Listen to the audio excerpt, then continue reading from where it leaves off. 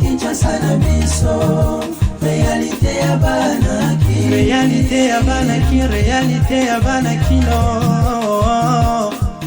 Après arrestation, il y a général Yab accusé côté Kafar de la rebelle. Il y a M23 topé kozala na Korna Kigali topé na Rwanda pour na côté ka République démocratique du Congo. 75 militaires Moussousou bazali cité comme complice na clique naé bazali déjà na disposition. Il y a service, il y a sécurité, il y a République démocratique du Congo pour na kotale la likambo oyo ezali kotunisa mboka na biso. Ba ministre 5 bazali cité parmi ba oyo basali dépassement ba recette, c'est-à-dire ba kotisi mbongo annexé na caisse ya l'état parmi ba ministère yango ba cité les biso ministère il y a poste télécommunication nouvelles technologies de l'information et de la communication, il y a communication et médias, ministère et entrepreneuriat, PPM Longonia na Augustin qui va samali ba ministre Petentik P Patrick Mouya ya ministre de la communication et médias Pambate ba ministère Nabino et zali kokoti sambongo na l'état annexé balobi bongo musala ya l'état kosala yango na bilobela ebele tongo poko na TVT kasi kosala yango de na ba action oyo kosala ke mboka yake de liboso batupe ba se retrouver na sima nango pe essayer ko remercier ba fonctionnaire nyonso oyo ba travailler na ba ministère wana na édition ya lelo pe bokolanda netalingo ma mwasi ya receveur tope otope na Kinshasa awa res abimi de l'ordinaire mwasi ya boya réseaux sociaux à boya TikTok mais azo koti sambo mona nenga kosakana te mwasi ya ko encourager mokola lelo bokolanda élément wana avec impact na idéologie. C'est ça qui vient au KDB premier magazine et puis ça vient information en continu na zena plaisir ya okuta na bino isu mokola lelo.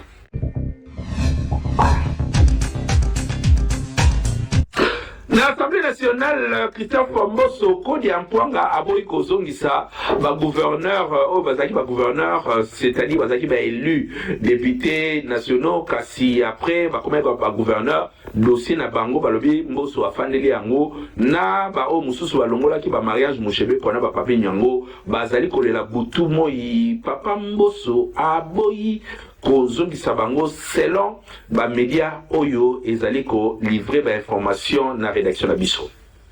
L'ancien gouverneur après avoir kozala ba gouverneur esengeli bazonga na ba mandat na bango ya ki député na Assemblée nationale mais oyo bana Kinshasa balobaka bolokeli mama na 12 Atuma Tubwana Nero Mbungu Martin Kabuya Christian Batu bazali kolela na munoko mboka pambate papa Mbosso alobi nyonso ezalaka théâtre te depuis afandela dossier na bango bazali kolela likolo nango bakisa Marie-Ange Moshebe kwa papi nyango na ba o mususu balongolaki butu moi bazali kofandela Mbosso na Assemblée nationale kuna po musala ezonga pasi pe mawa depuis ba bloka bango yango na tozali komituna bayebisi biso ke cour nini bayebisi biso ke cour constitutionnelle asi ya deverrouillaki bango kasi kote ya Christophe Mbosso Kodi Ampouanga oyo azali président ya Assemblée nationale bandeko gouverneur ya kala bazali ko continuer kolela yango wana tomituni babenga mama Marie oh to basala nini posoke yo akobanda kaka Mbosso. Ambassadeur Ivan Vangu Ngimbi à Russie a déposé qui lettre de créance na mokolo ya lobi liboso ya Vladimir Poutine pour na kobanda musala information makasi ezali koyeba que Vladimir Poutine a adopté na République démocratique du Congo pe a lobby que ye moko azali kokoma conseiller en matière ya sécurité ya RDC Bolanda ba détail na reportage oyo. A présenté qui lettre y a créance naye mokolo y a lundi 26 septembre 2022 oyo tozali nango na Russie kuna et sikani ya komi ambassadeur plénipotentaire ya RDC na Russie. Ivan Vangu Ngimbi akendaki komona ye moko Vladimir Poutine pour na kotikela ye mukanda ya homologue na ye Félix Antoine Tshisekedi Tshilombo po abanda musala ndenge elongo bani na Russie. Kasi yoka maloba ya Poutine na retour tango azalaki en face ya ambassadeur ya RDC alobi que alingi que coopération entre Russie na RDC et s'améliorer et s'élargir dans le domaine ébélé, surtout Poutine alobi ouvertement a sengi ba komisaye conseiller en matière de sécurité pambate ya Monique Russie et koyi kosunga RDC makasi na masolo ya sécurité RDCP à travers ambassadeur et yambi demande wana kitoko et ko pesa rapport et pas ya mukwa tombolo mwa mai Félix Antoine Tshisekedi Chilombo Fachi Beton pour bandingue nini tokoki kobalisa masolo ezobatema lelo sur le plan international na Turquie pe totala soki Kagame akokontinue biseti oyo azali kosala na est ya République démocratique du Congo match oyo tozo kotalela yango toza kosimele oui akomaki lobi na Kindu Vital Kamerhe Lwakanyingini président ya UNC avec un pacte d'idéologie na cadre ya tournée na yazali kosala ya paix na est ya République démocratique du Congo ba détail bolanda na reportage oyo ezalaki système ya Niata Senga pardon plein à craquer bandeko ya batoto ya Manyema na Kindu bayambi Vital Kamerhe comme il faut Kindu Murunge oye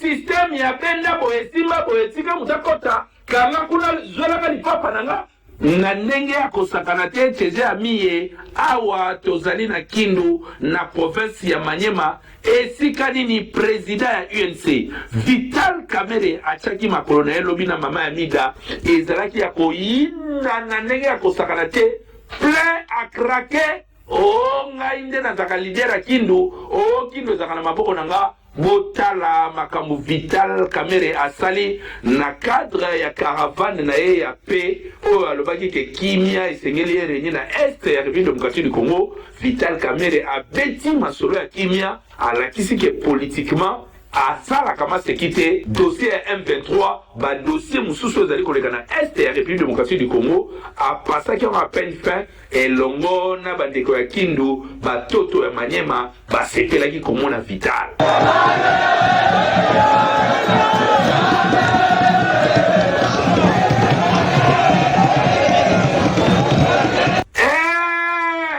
boyende ezalaka yo lobaki ozali leader politique ozaka makasi oyindisaka mabe pikle to bandaka pembangu pamba te Vital Kamerhe makambo azali kosala alakisi ke azali vraiment pacificateur pe azali na nzela e koyinda mabe na 2023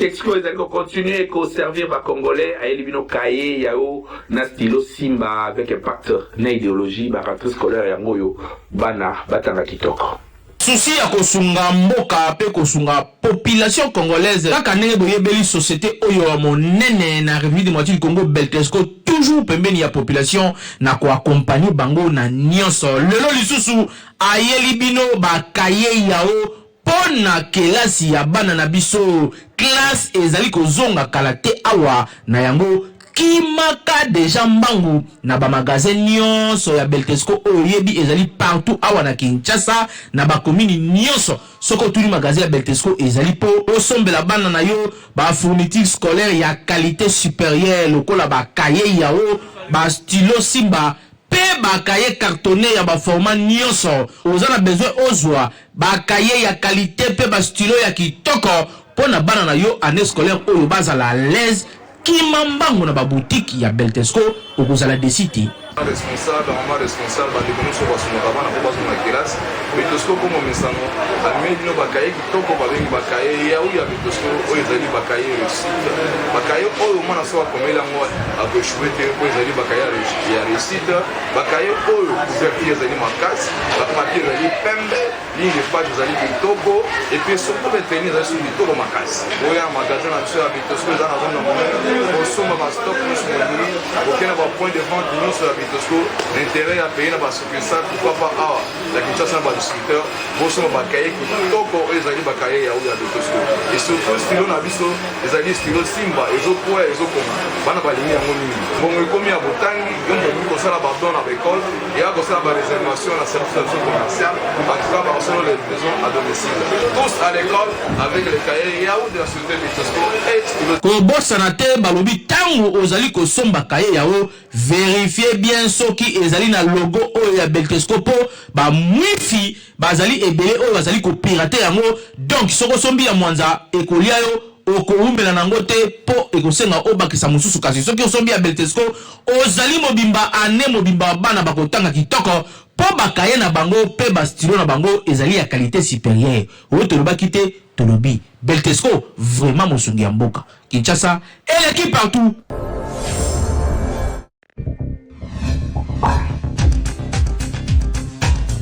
Salité mai potopoto ebebisi nzela na croisement ya Rwakadingi na Kasai na commune Barumbu ba détail bolana na reportage signé Peggy Lunga. Tozali awa na commune ya Barumbu croisement Rwakadingi Kasai nzela ya kobepa na ndenge ya kosakana te bato bafandaka zonga na bato ba exploitaka nzela yango na cadre ya ba transport na ba o ba travaillaka mipandi bazali kolela ba bengi biso KNB mbangu po baloba boye mal tozomona wana en tout cas merci na question tuninga mal tozomona d'abord na mbulu ebeteka jour wana mbulu ebeteka jour wana yango 20 000 place wana en plus natural risque zone ndenge toboki place wana yango ne créer liziba place wana c'est ça vente ezate toteka te côté keza soki nzele za malamu bakamio zo lekisa ba facilité bozwa pe moya koteka mais kwa nzele jaja futi toteka ndele yango toyebisaka bakonzi manda pe komi na suka basebisa ta grâce wa bosebisa ta prince wa Kasai yango eza prince moko eza principal po muta kota na ville kuna na kati ya ville donc nzela ba oleka ndango nzela muleko mi nzela flambeau embouteillage oyo eza nzela principal bakonzi basala biso ngolu babongisela biso nzela ezonga normal ko babongisa nzela partout basala banzela mais kaka oyo Kasai bazolemba nango alors nzamba sunga bango po ya koloba mingi eza te tolobela yango banda kala okasa nde siko komi na plaire ya osakana te bakame to mika bokasa et puis ba chauffeur bokasa puis bakomisa tina zando te bosuka ngale suna na kabamba le suna ko bakiti batu bobisu to bato za koto de fo bete makolo te ko makoto mais so nzela biso akase bongi nango et vous allez bien pour la biso pe clientèle ko zonga koto eza prince moko eza route moko principale pour okomati na ville kuna na kati il faut les kala si Kasai donc même bakame zo le kala Kasai na mutu makasi kaka mais ça sunzela ba exploitant au soute ba bon sélection nzela pour ezala bien nzambe pas pambola bango c'est ça la vie qui ba konzi batali bien te marché il y a risque ekufa parce que mutu akolinga te aya avant de tongo ti pokwa ateki te mais abanda kofuta kaka batike biloko songolo pakala alors l'état azaka contrat na population biso tozo respecter l'état en payant ba taxe na biso mais l'état zo respecter biso te tant parce que tozo tala ke banzela ezo permettre que ba kilia baya basombe biso biloko nzela eza pratiquement mabe alors yango nozo mona ba messe tikali vide bato ebele bakimi baboyi koto balobi bazo vendre bazo teka te ti bakomi kolia na capital alors so calculer so mutu alia capital akosukela wapi yango wana ndio zoma na ba messe komi vide awa dans direction Kasai Rwakadingi aliete depuis tongo pour vendre ezate olia nini okozonga transport nini po kotika ba nini ndako vendre ezate po nzela awa mituka eleka te mituka esukaka na nini kuna na Kasai na Bokasa ona nini awa nzela awa ekoma liziba tokoma na fleuve Congo awa topeshaka bambisi bangando ekoma wabima awa pona nini nzela ekufi mituka ekotaka asute soki mituka ezokota te moyebi bakilia baya eza te mpo moto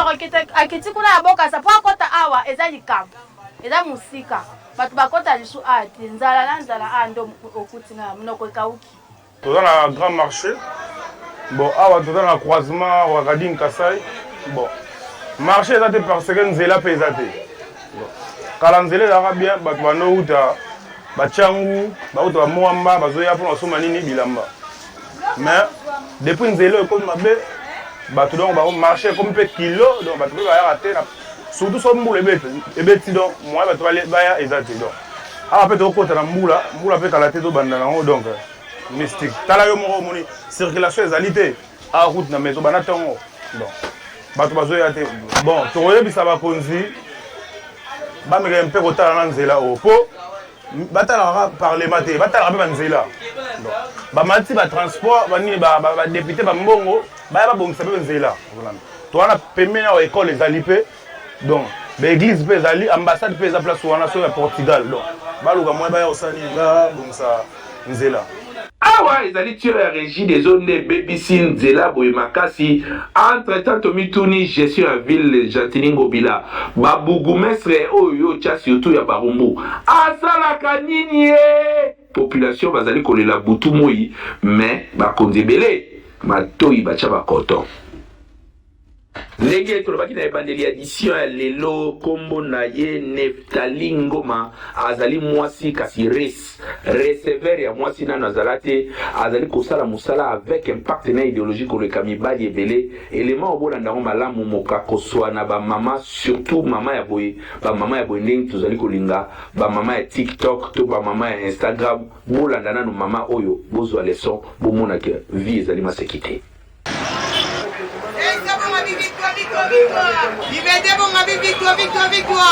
Il n'y a pas de son métier, il y a que de sorte Jean Baloba, moi si à l'élo, il y a 21e siècle, à Koma Koluka, à Koma Battante, Botala, prototype, il y a moi si Battante, il y a solo, Yeyo, Neftali Ngoma, Azali, Tobenga receveur, Topé gérant, il y a Mutuka, pour nous soigner un mot, mais, Nanenga qui sasa, Toyebi Bares, Naftali Azali Res, Asala Kamusala, Oyo, peut expliquer biso et futaka na ndenge ya kosakana te to matato kita ye aliaka na ye na nsima ya musala oyo pamba te asi asali plus d'une année na kati ya musala pe ezali koleka kitoko soki totali bien ata expérience na tout ya kosalela musala aleki mibali ebele yoke eloko oyo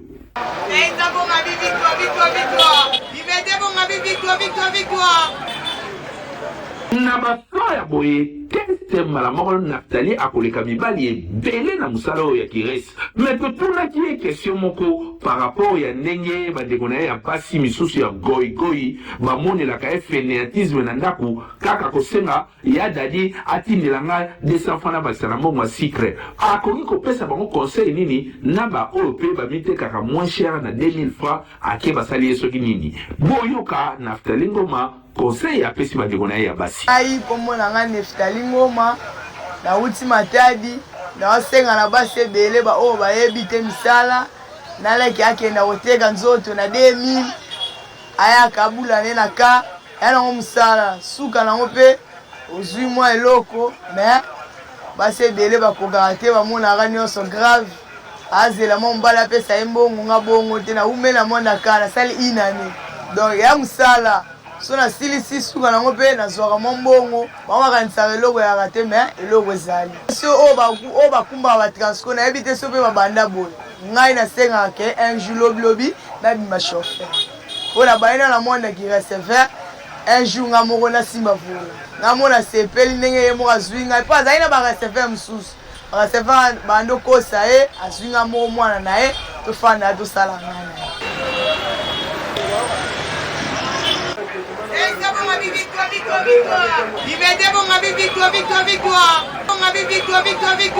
kasi botunanga nini patron na ye nani papa oyo abota ye porosami yeyo aboyi mbongo ya famille ebima libanda barecevera mibali miyibi eleki ezali mpe boule na mboka na biso tokoki kobanda kozwa barecevere ya basi mpo baversement ekendaka complet mpe ayebeli atie mwana na ye na ligne mbongo ezali kokota kitoko na ndenge ya kosakana te suka na boule boyoka porosami soki totiki ye na bacondition mosusu okomona mwana koyengayenga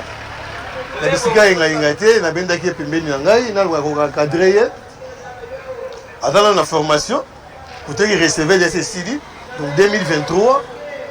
confirmé ba chauffeur ye moko na volant azwi camion na ye ake koluka ake kobula ake luka vi na ye kwa on a monde ya cop na nga na osala awa ça a toujours courage, ça a toujours conseil. Bato on va critiquer ba ali. Yo kolamba te, kende kolamba. Yo kosala boité. Mais toujours on a toujours kimia à répondre à bangote. Ba oyo ba tiola ka ba ali, ba oyo ba kumacha ba ali. Les gens qui ont rencontré la carte apprécié oyo ya sala, on a toujours 5 000 à Kabeli. Qui a Kabeli recevait 5 000 pour apprécier oyo moi ça sala. Les Kamundé yango na ja la carte. À Paris, na so na moko la sima on a formé. Yo a la formation. Donc ce qui a créé la culture tanaye, ou la formation qui va remplacer la sima.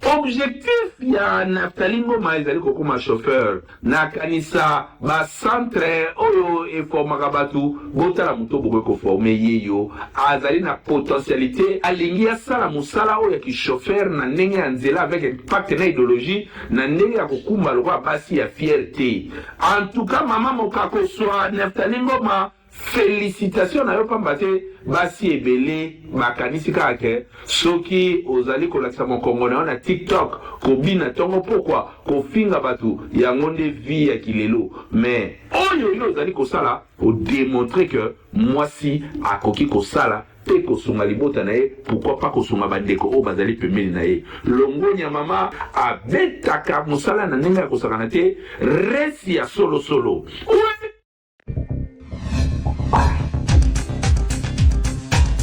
Éliminatoire CAN U23 et Zali Kopeta Mamokola Lelo. Léopard, il y a RDC, Zali Kokutana na Éthiopie, na cadre, il y a éliminatoire, Lelo Stade Zaki, Ofele, Bolanda. Reportage Oyo.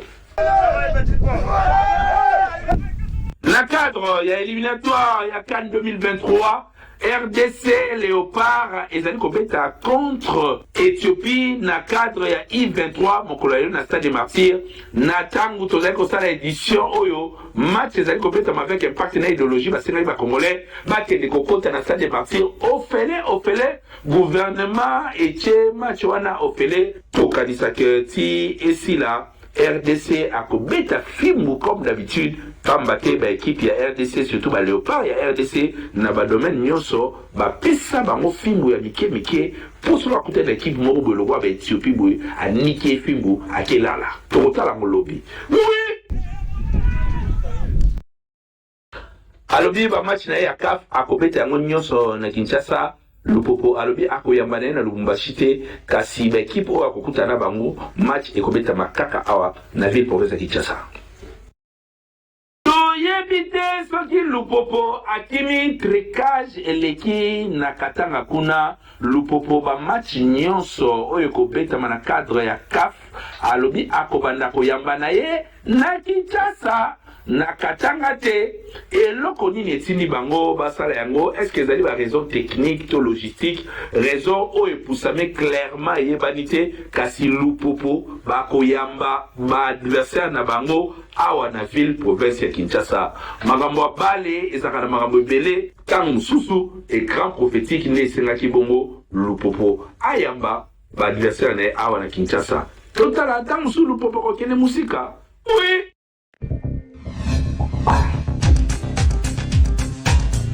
Mboka ya bana na bana jamais erata TikTok na KNB ya monde kangi mikolo yo nini ezali kolekana kuna bolanda TikTok. Récital des poèmes. Et la 5 qui doit. En voici deux, en voici trois. Qui sont les pouces, l'index, les majeurs, l'andilet et l'auriculaire. Bravo. Du candidat, talenu du candidat. Ndembun tanu mid, ndekamitang, fumu bwal, nvendi njuu, ule kwani kakul, fiat kwani fisiani kinumbaki, vabwal vakonu mwana nlezi. Maboko. Je m'appelle Kiadifu. L'élève de la deuxième année est Pechanga qui est. Maboko. tokomi na suka ya édition mokolo lelo na nsima ya kamera ezalaki bongo Peggy Ilunga faso Kirombe azalaki na pointe mpona kovimbisa actualité na ndenge akosakana te mpe mosala d'une manière très très professionnelle na manette kuna na régie Agapé Kajama multifonction azali kobeta post production wa l'état za te mosala ezali kosala makaka na ndenge ya baprofessionnel KNB nano ezala te boyebi ke magazine na bino ya liboso oyo epesaka bino bainformation en continu na lingala tozali continuer toujours ko servir bino comme il le faut maseki ezali te po continuer kolanda biso na chaîne YouTube na biso KNB News. Merci na ba follow nyonso batu nyonso oyo bazali ko s'abonner to monique bo s'abonner ebele 2 semaines oyo ngai na koka ko pesa bino merci pe ezali ko encourager biso ko pesa bino mosala ndenge ezalaka ndenge sengeli bolanda ngo avec impact toujours na idéologie tokutani lobby to matisa lisusu mafuta actualité na RDC pa bate mon côté na terrain. Oui. Magazine